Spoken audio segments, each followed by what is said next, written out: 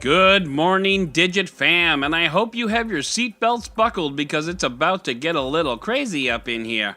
Samsung releases phones later today, MWC is coming, and if you're a phone fan, it's an exciting time. If you're not, well, I'll try to work in some space stuff in there too.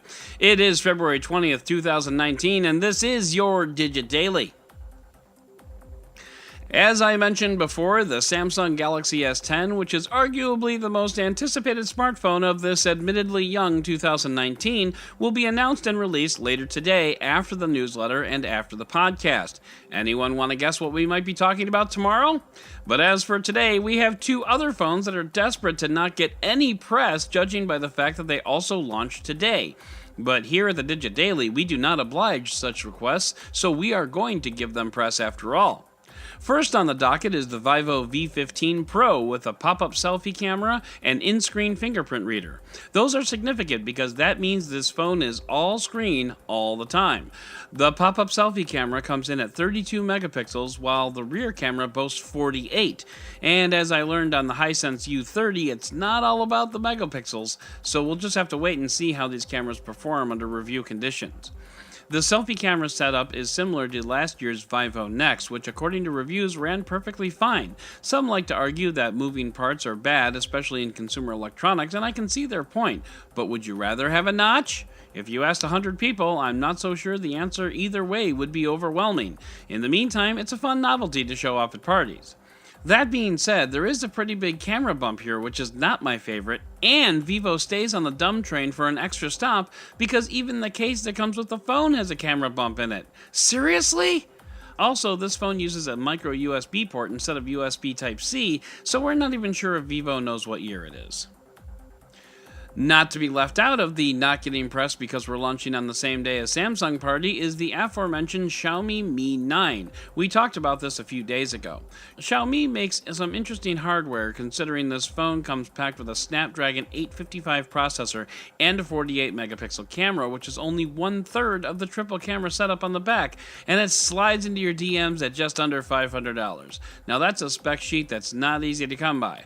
This phone has a dedicated Google Assistant button because every phone should, and the camera comes highly rated according to DxOMark. There is no headphone jack on this phone, and there are no tricks like a pop-up selfie camera, but this is a beefy contender. The Mi 9 comes in two versions, the normal edition and the transparent edition. The transparent edition beefs up the memory and storage and sports a transparent back. You can't see it, but I'm making air quotes. The reason I'm making air quotes is because the circuitry you see inside the phone isn't the actual circuitry of the phone.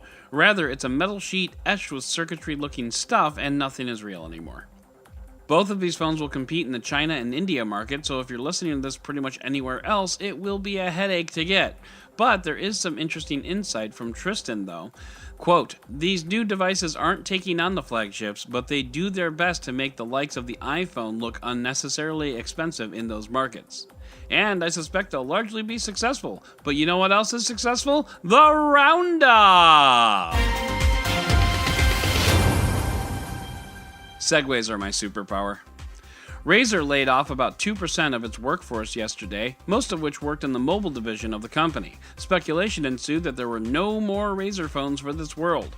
Razer issued a statement acknowledging the layoffs and saying that they're working on new hardware and software initiatives that they're not ready to announce yet. So it sounds like while we may not see more Razer phones, Razer may not be entirely done in the mobile space. Should be interesting to see what they're thinking.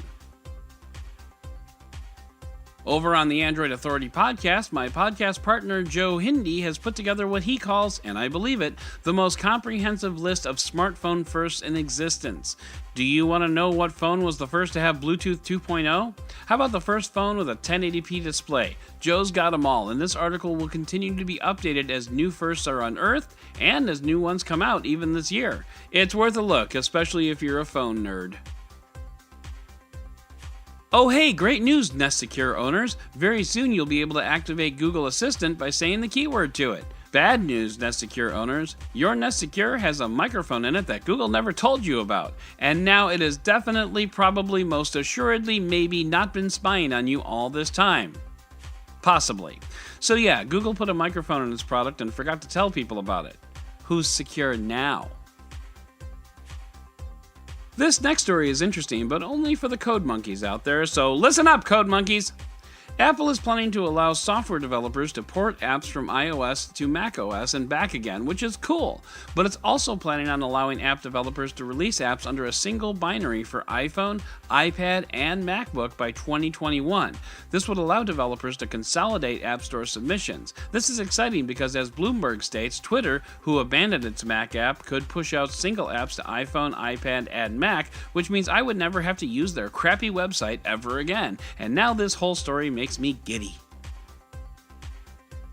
A commercial flight yesterday reached a ground speed of over 800 miles per hour over Pennsylvania due to the jet stream. According to Jalopnik, this plane did not generate a sonic boom despite breaking the sound barrier because the plane did not reach an airspeed above the sonic barrier because of how fast the air was moving around it. Sounds like black magic to me, but at least it got that plane the hell out of Pennsylvania as fast as possible. And finally, speaking of black magic, a new feature in Audi cars will tell you how fast to go to hit all the green lights, and yes! This feature communicates with traffic technology services, which stream stoplight data from 4,700 intersections in 13 different cities. Using this information, you could theoretically go from door to door, having never spent any time at a red light, which improves the driver's mood and has a number of benefits to the car itself, including gas mileage. Of course, it won't show you a speed that is above the speed limit, which pretty much disqualifies my wife and I, so it's certainly not a perfect system. But speaking of perfect systems, that is going to do it for today's Digit Daily. If you'd like to learn more about any of these stories, check out the links in the show notes and subscribe to our daily newsletter on digit.com. And if you like what you heard, subscribe and leave a review on your favorite podcast player. Once again, I'm Adam Dowd, Dead Technology on Twitter, and we'll talk again tomorrow.